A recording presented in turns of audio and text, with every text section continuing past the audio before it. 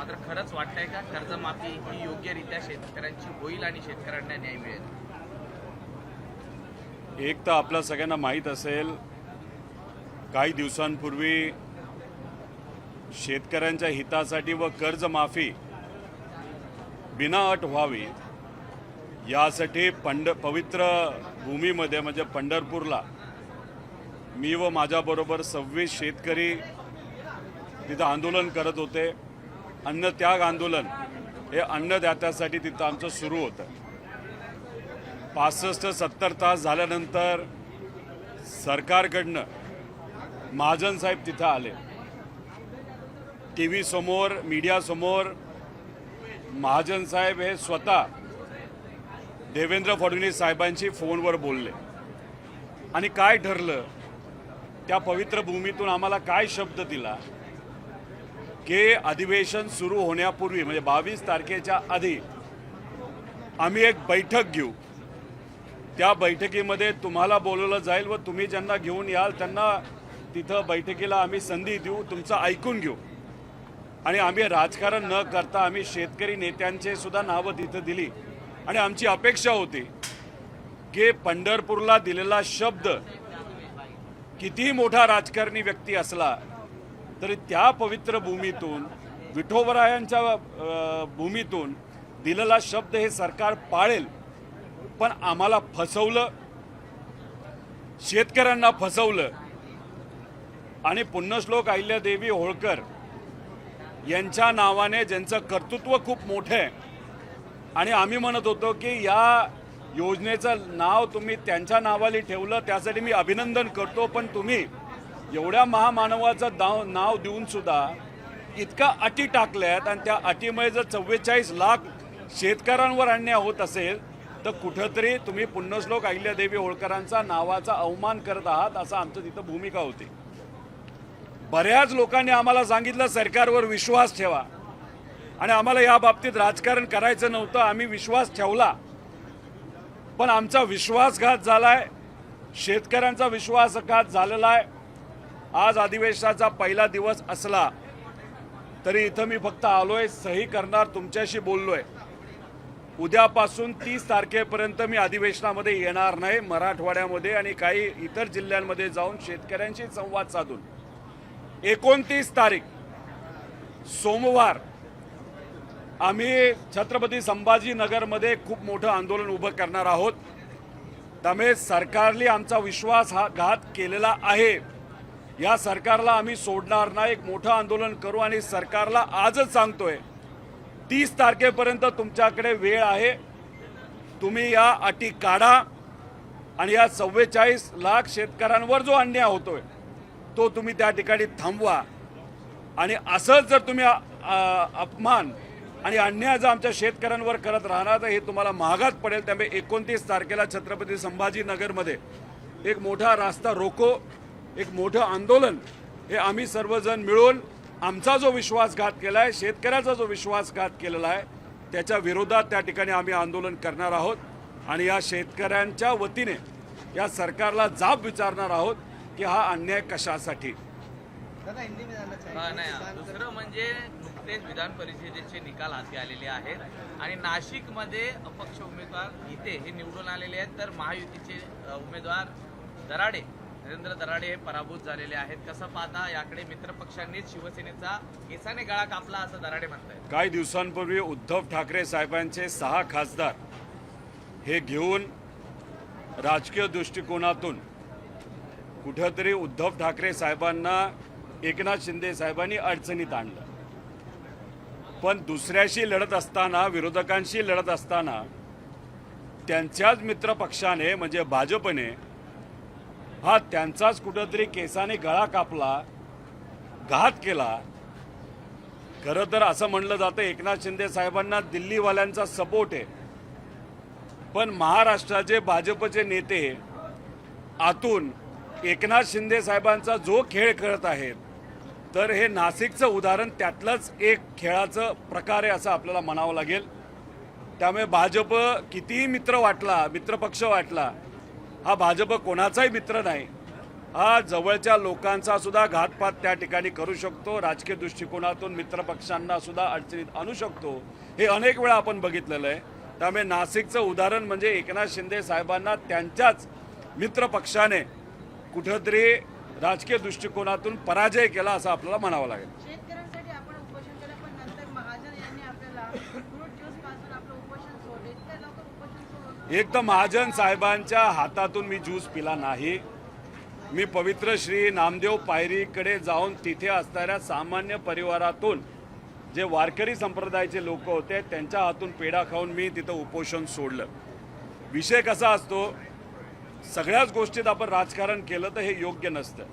त्यामुळे आमचा प्रयत्न होता मुख्यमंत्र्यांशी फोनवर बोलून आम्हाला जर शब्द दिला असेल तर राजकारण न आणता आपण ऐकलं पाहिजे, आणि मग ते आम्ही ऐकलं. पण आमचा विश्वासघात झाला, शेतकऱ्यांचा विश्वासघात झाला, आणि याचं उत्तर आणि याची किंमत या सरकारला 100% मोजावी लागणार, हे आम्ही या ठिकाणी तुमच्या समयांच्या माध्यमातून सरकारला इथं सांगत आहोत. दुष्काळ जाहीर करा म्हणून काल भास्कर जाधव यांनी मागणी केली, आणि हीच मागणी आता संपूर्ण अधिवेशनामध्ये महाविकास आघाडीची असणार आहे. तर काय त्याच्या संदर्भात काय? एक तर कर्जमाफी नीट द्या, कर्जमाफीमध्ये ज्या अटी टाकल्या त्या काढा, आणि दुष्काळ तर जाहीर करा, ही आमची मागणी आहेच. त्यामुळे जे काय आधी मदत दिलेली आहे कर्जमाफीच्या माध्यमातून ती तरी 100% शेतकऱ्यांना तिथं पोहोचू द्या. आता ह्याच्यामध्ये सोलापूर म्हणजे आम्ही पंढरपूरला उपोषणाला बसलो होतो, 23,000 लाभार्थी आहेत, पण त्या अटी टाकल्यामुळे फक्त 6,000 शेतकऱ्यांना लाभ मिळतोय, बाकी शेतकऱ्यांना लाभ मिळणार नाही. म्हणून म्हणतोय की ही योजना जी आहे कर्जमाफीची पूर्णपणे फसवी आहे, दिखावपणा आहे. आम्ही काहीतरी मदत केली हे फक्त दाखवायचं खरं, पण मदत कोणालाच पोचली नाही पाहिजे. पैसे कुठेतरी सरकारचे वाचले पाहिजे, आणि ते वाचलेले पैसे कुठल्या तरी कॉन्ट्रॅक्टरच्या घशात घालायचे आणि त्यातून कमिशन खायचं, हे मात्र सरकारमधल्या नेत्यांचं ठरलेलं दिसतंय. सीएमने काल सांगितलं की बँकिंग व्यवस्थेसाठी काही अटी शर्ती घातलेल्या आहेत, मात्र जर त्या शिथिल करता येतील तर त्या संदर्भात आम्ही काही दिवसात निर्णय घेऊ. अरे पण कधी निर्णय घेणार? त्यासाठीच तर आम्ही उपोषण केलं होतं, आम्ही अन्नत्याग केला होता, आणि त्यात तुम्ही म्हणाला होतं की आपण चर्चा करू. आम्ही चर्चा करायला तयार झालो, पण तुम्ही आम्हाला बोलवलं नाही. आम्ही जे म्हणतोय तुम्ही समजून घेत नाही. सुरुवातीला म्हणाले एक सुद्धा अट अशी चुकीची नाही, दुसऱ्यांदा म्हणाले 99% शेतकऱ्यांना फायदा होईल, नंतर म्हणाले 55 लाख पैकी 40 लाख शेतकऱ्यांना फायदा होईल.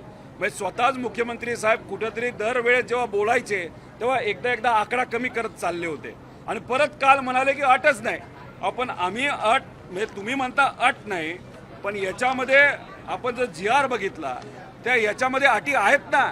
शेतकऱ्यांना हे कळलेलं आहे, आणि सोलापूर जिल्ह्याचं उदाहरण मी आत्ताच तुम्हाला दाखवून दिलेलं आहे. त्यामुळे या मुद्दामून अटी टाकल्यात, एखाद्या अधिकाऱ्याला जबाबदारी दिली, अधिकाऱ्यांनी AC मध्ये बसून शेतकऱ्यांवर अन्याय केलेला आहे.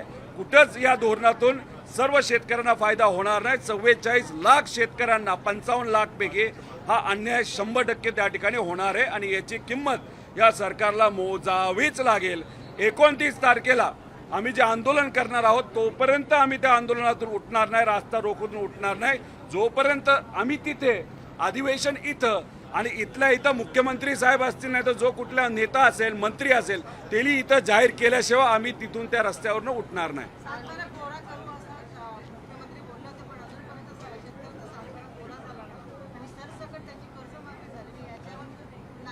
इलेक्शनच्या आधी भाजपचे आणि या सगळ्या नेत्यांचे दाखवायचे दात वेगळे असतात, इलेक्शन झाल्यानंतर ते दात वेगळेच निघतात.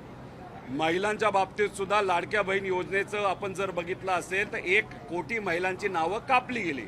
इलेक्शनच्या आधी ॲडव्हान्समध्ये पैसा दिला, 24,000 कोटी रुपये अशा लोकांना तुम्ही दिला की आता तुम्ही म्हणताय ते इल्लिगली त्यांना दिले गेले होते. मग 24,000 कोटीचं झालं काय? 1 कोटी महिलांचं नाव का कमी झालं? तसंच कर्जमाफी देऊ असं तुम्ही बोलला, थट्टा केली, नाही तर तुम्ही शब्द दिला, आणि आता मात्र कर्जमाफी देत असताना इतक्या अटी टाकल्यात, त्यातून जर 90% शेतकरी वंचित राहणार असतील, 50,000पर्यंतचीच मदत मिळणार असेल, तर मग तुम्ही कशाला डंका पिटवताय की तुम्हाला 2 लाख रुपयाची कर्जमाफी दिली? हे फसवं सरकार आहे, फसवे नेते आहेत, बाकी यांना काही घेणं देणं नाही. आमचं म्हणणं आहे की बँकिंग सिस्टमला जर तिथं अडचण येत असेल तर मोदी साहेबांची प्रशंसा करत असताना असं का बोलला की राज्याचं जे काही कर्ज झालंय 10 लाख कोटीचं आणि देशाचं 200 लाख कोटीचं, ते जर मोदी साहेबांनी ठरवलं तर एका दिवसात आम्ही फेडू शकता. मग एवढी तुमची आर्थिक ताकद असेल तर मग दुसऱ्या बाजूला तुम्ही काय म्हणता, नाही बँकिंग सिस्टम हे 37,000 कोटीमुळे कोलमाडू शकतात. त्यामुळे एका बाजूला प्रशंसा करताना मोठ्या मोठ्या गोष्टी करायच्या आणि गरीबाला मदत करण्याची वेळ येते तेव्हा म्हणता की बँकिंग सिस्टम कोलमडून जाईल. आमचं एवढंच म्हणणं आहे, शक्ती मार्ग जो 1,20,000 कोटीचा तुम्ही करताय त्यातून जे 40,000 कोटी तुम्ही भ्रष्टाचार करणार आहात ते थांबवा.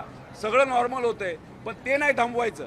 गुजराती कॉन्ट्रॅक्टर आणि आंध्राच्या कॉन्ट्रॅक्टरला मोठं करायचं, त्यांच्यावर पैसे ओरबाडायचे, तिजोरीवर ताण आणायचा आणि सामान्य लोकांना मदत करण्याची जेव्हा भावना नाही तर भूमिका तुमची जेव्हा येते तेव्हाच अटी टाकतात.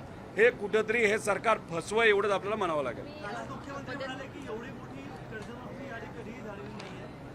56 लाख शेतकरी आहेत त्यांना कर्जमुक्ती. आमच्यात हिंमत आहे. जर मुख्यमंत्री साहेब स्वतः आले, मी जी.आर. कसा फसवाय, कशात त्यात चुका आहेत, कशा पद्धतीने शेतकऱ्यांवर अन्याय होणार आहे हे आम्ही पूर्णपणे पुराव्यात सकट तिथं सांगू शकतो. आता जेव्हा अतिवृष्टी झाली होती 35,000 कोटीचं पॅकेज जाहीर केलं होतं. मी स्वतः बोललो होतो 12,000 कोटीचा पुढे काय आकडा जाणार नाही. गेला किती, आत्ता 12,000 कोटीच्या आसपासच आकडा होता. मग 35,000 डिक्लेअर कशाला गेले? इथं सुद्धा 37,000 डिक्लेअर केलेत. हा आकडा 13,500 कोटीच्या पुढे जाणार नाही, पण 20,000 कोटी हे वाचवणार आहेत फक्त अटी टाकल्यामुळे. आणि आमचं हेच म्हणणं आहे, या अटी तुम्ही काढा, कारण का शेतकरी खरंच अडचणीत आहे. आणि येणाऱ्या काळामध्ये तुम्हीच म्हणता पाऊस नाही, तर येणारं पीक सुद्धा त्यांच्या हातात येणार नाही. त्यामुळे दुष्काळ जाहीर करणं हा तर आहेच. त्यामुळे कर्जमाफी पण द्या, दुष्काळ पण जाहीर करा आणि विद्यार्थ्यांचं कर्ज जे आहे, जे आता त्यांना फेडता येणार नाही, ते सुद्धा कुठेतरी त्याच्यामध्ये सवलत सरकारच्या माध्यमातून दिली गेली पाहिजे असं आमचं मत आहे. एकनाथ शिंदेना ठिकठिकाणी दाबण्याचा प्रयत्न केला जातोय का? कारण नाशिकमध्ये उमेदवार जो आहे तो पराभव झालेला आहे. एकनाथ शिंदे साहेबांना कळलेलं आहे की कदाचित त्यांच्या पाठीमागे दिल्ली आहे, पण दिल्ली सुद्धा त्यांच्या पाठीमागे कधीपर्यंत आहे, डिलिमिटेशनचा कायदा पास होऊच तर. एकदा डिलिमिटेशनचा कायदा पास झाला तर भाजपला कुठल्याच खासदाराची जरूरत नाही असं भाजपला वाटतं. पण झालं असं आहे की दिल्लीची मदत एकनाथ शिंदे साहेबांच्या पाठीमागे असली तरी महाराष्ट्राचे भाजपचे नेते मात्र एकनाथ शिंदे साहेबांचा गळा केसांनी कापत असताना आपण बघू शकतो.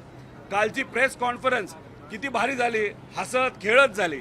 आणि निकाल लागल्यानंतर एकनाथ शिंदे साहेबांना आत्ता कळलं असेल, अरे आपला तर गळा नीट राहिला नाही, आपला गळा केसरी कापून टाकला, त्यांच्या उमेदवाराला पाडलं आणि अपक्ष उमेदवार जो महाजन साहेबांचा जवळचा माणूस आहे त्याला मात्र त्या ठिकाणी निवडून आणलं. त्यामुळे हे फसवाफसवी जी आहे ती फक्त भाजपकडनंच होऊ शकते. भाजप कोणाचाच मित्रपक्ष नाही. भाजप हा नेहमी स्वतःचा विचार करणारा पक्ष आहे. अजितदादांच्या बाबतीत सुद्धा आपण बघितलं असेल, दादांना न्याय द्यावं यासाठी आमचा सगळ्यांचा प्रयत्न होता, अपेक्षा होती. भाजपचे जे नेते आहेत ते दादांना मित्र म्हणायचे, त्यांनी मात्र अजूनपर्यंत CBIला ते काय प्रकरण दिलेलं नाही. तपासाच्या बाबतीत सुद्धा काही झालं नाही.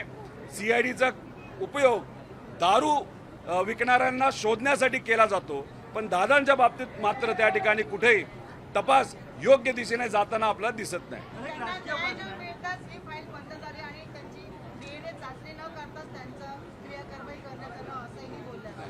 जे चाचणी वगैरे सगळं झालेलं आहे, फाईल काय बंद झालेली नाही, आम्ही काय बंद होऊन देणार नाही. आम्ही मात्र आमचा लढा तिथं कायम ठेवू. एक राजकीय प्रश्न आहे. ऑपरेशन टायगर नुकतंच राज्यात झालेलं आहे.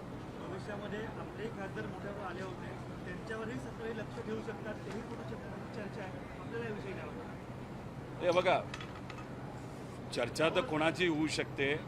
ऑपरेशन टायगरपेक्षा ऑपरेशन बाजार म्हणायला काय हरकत आहे. विचाराचा बाजार झाला, नात्यांचा बाजार झाला, त्यानंतर पैशांचा बाजार झाला, लोकांचा बाजार झाला, माणुसकीचा बाजार झाला. मग ऑपरेशन बाजार म्हणायला काय हरकत नाही.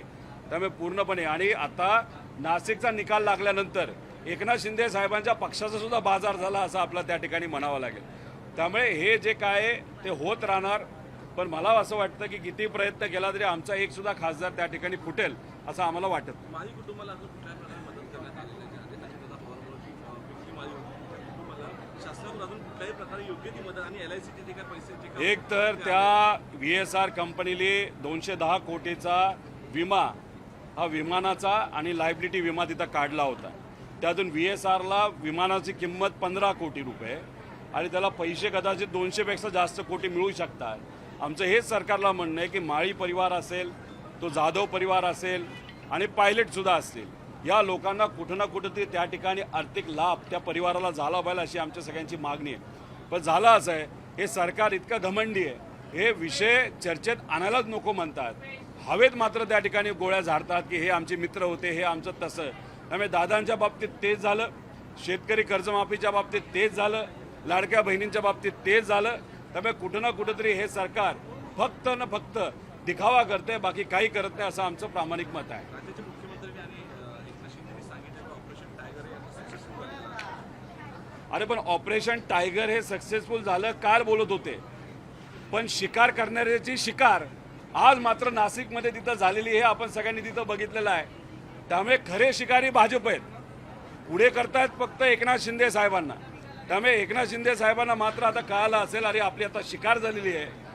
हे जे काही विरोधक बोलतात की भाजपचा विचार नाही तर विश्वास ठेवणं योग्य नाही, हे आता एकनाथ शिंदे साहेबांना कळलं असेल. त्यामुळे उद्या जाऊन एकनाथ शिंदे साहेब हे भाजपबरोबर लढतील का विरोधात लढतील हे मात्र आज 29 पर्यंत आपल्याला त्या ठिकाणी सांगता येणार नाही. लोकशाही मराठी ऐका, पहा, जागरूक रहा.